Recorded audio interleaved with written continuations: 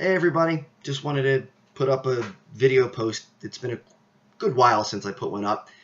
The game itself, for the benefit of ulcerative colitis and Crohn's disease, is going to be January 10th, 2015, 7:30 p.m. It's going to be played in Aston, Pennsylvania at the Iceworks Arena. Tickets are going to go on sale soon. The tickets are going to be $25 for the game.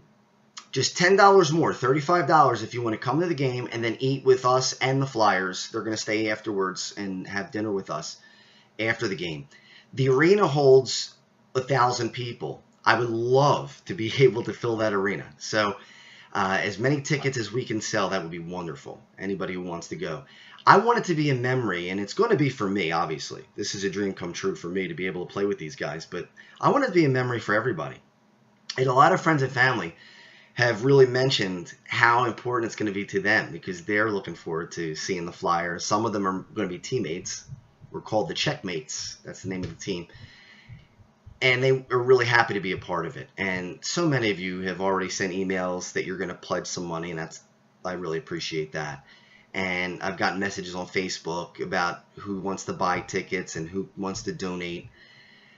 At the moment, what we're going to do, I'm going to set up a nonprofit organization for this.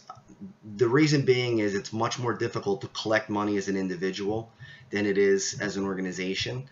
And I just want to make sure that everybody knows it's legitimate. I don't want anybody to feel like they're just writing a check to me. So I think it's easier for me to create a nonprofit. And the money is still going to go to the same place. It's going to go to the gastroenterologists out of Jefferson Hospital. So it's not going to change anything, but it's going to make life a little bit easier, I think, for companies to donate and for individuals to donate. So I'll let you know when that happens. I hope that happens in the next week or two. I want to thank all the people who are working to get this done. There's a lot of effort going on behind the scenes that people are not seeing, but friends and family are doing a lot of work besides raising money. They're helping me to create tickets for the event. They're helping me to find donors for jerseys and that type of thing. So we want to, I'm not going to thank everybody one by one right here, but you know who you are, and I want to thank you very much for that. This disease flies so low under the radar. All of these diseases do. The Crohn's disease, colitis, diverticulitis, diverticulosis, even IBS, which is not inflammatory bowel, but irritable bowel syndrome. These diseases may not take lives, but they definitely affect lives. No doubt about it. And I can tell you from experience. Now, I can only tell you from the experience of ulcerative colitis. But I've had it for 12 years. This is number 13, and it's not an easy disease to live with, especially early on. I was 28 years old when I was diagnosed.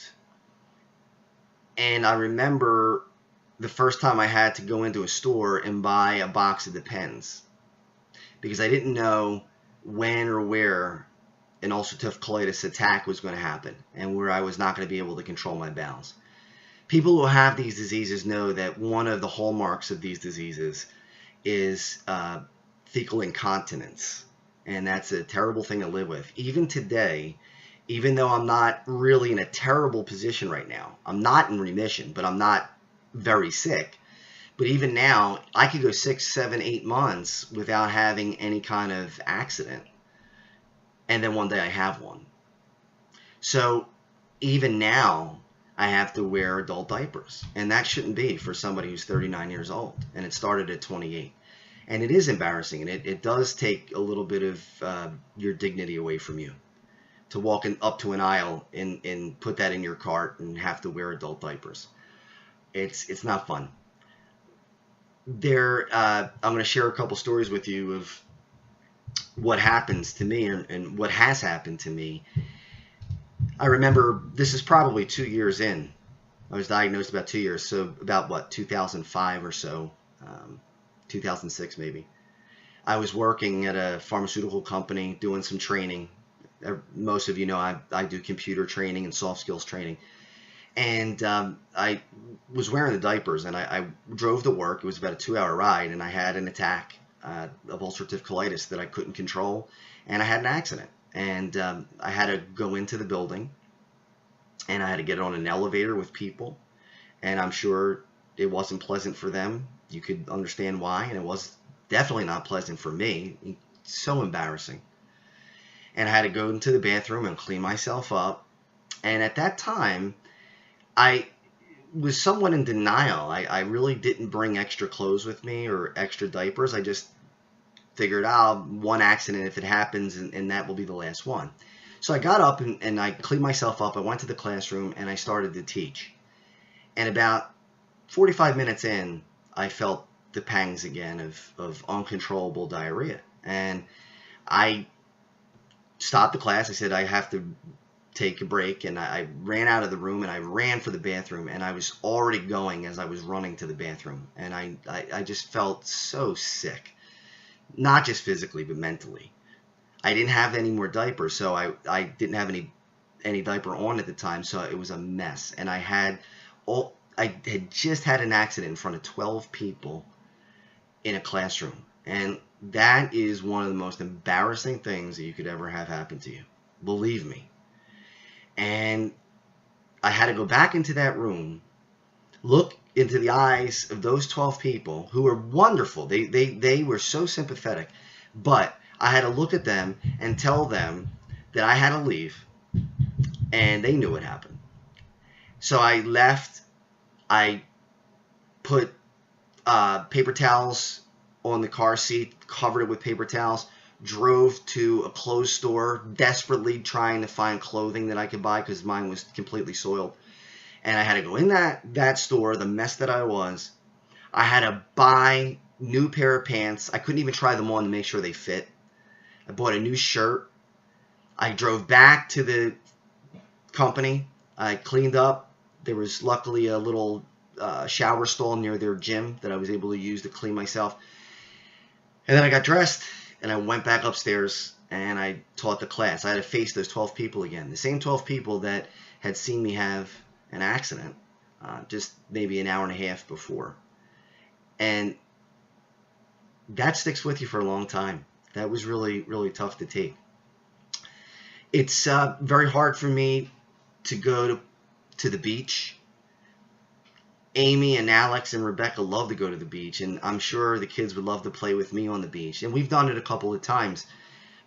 But the amount of dread that I feel having to go to the beach is amazing, because I don't know what's going to happen. I could go to the beach and be fine for 4 hours and everything seems great, and then 2 seconds later I have some sort of a pain in my stomach or cramps, and I'm petrified now that I won't be able to hold it. And it's very hard because on the beach, Ocean City has a bathroom, but not all of them do. So the panic is, will I be able to hold for 4 hours, 6 hours, 8 hours, however long we're at the beach? So you wind up not doing things that you normally would want to do. It's embarrassing in meetings. I've been in meetings where we're discussing some important information. I remember I was working on a clinical trial at one time as a consultant, and being in meetings and having to leave in the middle of important conversations or conference calls. Having to leave classrooms in the middle of teaching, abruptly having to stop the class and just run, go to the bathroom. And everybody knows why, because what else could it be? They see you disappear into the bathroom for however many minutes, and they know what's going on. And nobody wants to do that. Nobody wants to be in that position. Some of you know that I used to work at QVC as a consultant. They called me a subject matter expert for Dell computers, and I would do the Dell shows on television. And QVC is seen by millions and millions of people. I don't remember the numbers, but it's in the, let's say 25 million people at a time. I'm not sure. But anyway, it's millions. And could you imagine the dread that I felt as soon as I stepped onto that stage or the set, not knowing if I was going to be able to hold or not? And those were hour shows. So sometimes I'd be 45 minutes into a show and feel cramping. And the panic was in. Now, I was wearing the Depends at the time, But the panic was there that what if I have an accident in front of millions and millions of people? And it's a horrible feeling. And it's one that doesn't go away, even when I'm feeling good. And right now I'm doing okay. I have a colonoscopy coming up in 2 weeks, and I'll give everybody the information about that and how I'm doing, just as an update. But it's still something that's on your mind. When you have bouts of fecal incontinence and you don't know when they're coming, like I said, it could be 9-10 months, and you're thinking, oh, okay, maybe it's over. Maybe I'll never have an accident again. And presto, there it is one day. I can't tell you how many times I've come home from a restaurant or from somewhere where we're out with the kids or whatever and have an accident, have to clean the car, have to get undressed outside, the indignity of in front of my kids having to hose myself down outside in the yard like an animal. And it's so frustrating. It's depressing. It makes you angry, and there's not a thing you can do about it. But maybe there is. And that's what this event is all about. And because of the positive that we're getting from this may become a yearly thing. And I hope it does, because I would love to try to get these diseases, if not eradicated, at least put into some sort of control with very safe drugs. Right now, the drugs that we take are not the safest in the world. They're not a death sentence by any stretch of the imagination. No matter what people tell you, some people say these drugs will kill you. There is that potential, but the risks are not that high. In any event, I would prefer to take drugs that didn't have the serious side effects that are possible with what we have now. So that's what this is all about. And I'm not trying to make anybody feel sorry for me. I mean, sometimes I feel sorry for myself. And I do feel sorry for people who have this disease because I know how bad it is. But if you feel sorry, let's do something about it. Let's not sit back and say, yeah, well, it's depressing and it's a shame for Justin and for everybody else who has these diseases. I'm angry at this point. I want to fight back. And the only way I can do that is to help raise money to eradicate these diseases. That's the only thing that I can do. I'm not a doctor. I'm not a researcher. I can't figure out a way to stop them. But I sure as hell can put up a fight and help those who do know how to stop them. And I think the doctors at Jefferson Hospital have treated me so well, especially Dr. George Prieto, who's a wonderful doctor. I think giving them money is important. And the cure will never come in my lifetime, or at least it won't come while I'm young. It may come when I'm a bit older, but I got many more years to go with this. But if my kids ever get it, I want to know that there are therapies in the pipeline that are going to stop this or at least curtail it. I want to nip it in the bud as fast as we can. So I need your help. And the help is donations. Like I said, I'm going to set up a nonprofit organization. We'll have money donated there into the nonprofit organization. We're going to try to make this yearly instead of just one and done, because I think these diseases, just like ALS or cancer, we can't just say, okay, we've donated and it's over, because the diseases aren't done. Even though the research is paid for, there's more research that needs to be done. We got to find out what's causing these diseases, and we got to find out how to either stop them or how to treat them much better than we do. So again, the game is January 10th, 2015 in Aston, Pennsylvania, the Iceworks Arena. We're going to have tickets for sale pretty soon, $25 for the game, $35 for the game, and a meal afterwards. And any donations you want to send, I will post when the nonprofit organization is set up, and I'll then ask for the donations. And I really appreciate it. A lot of you have already said that you're going to donate, and I appreciate that very, very much. So let's knock this thing out. I want to fight, and I want you to fight with me. If we get together, we can do it. Just like every other disease, they need people. We need people to be warriors for this, and that's what I want to be, and I need you with me.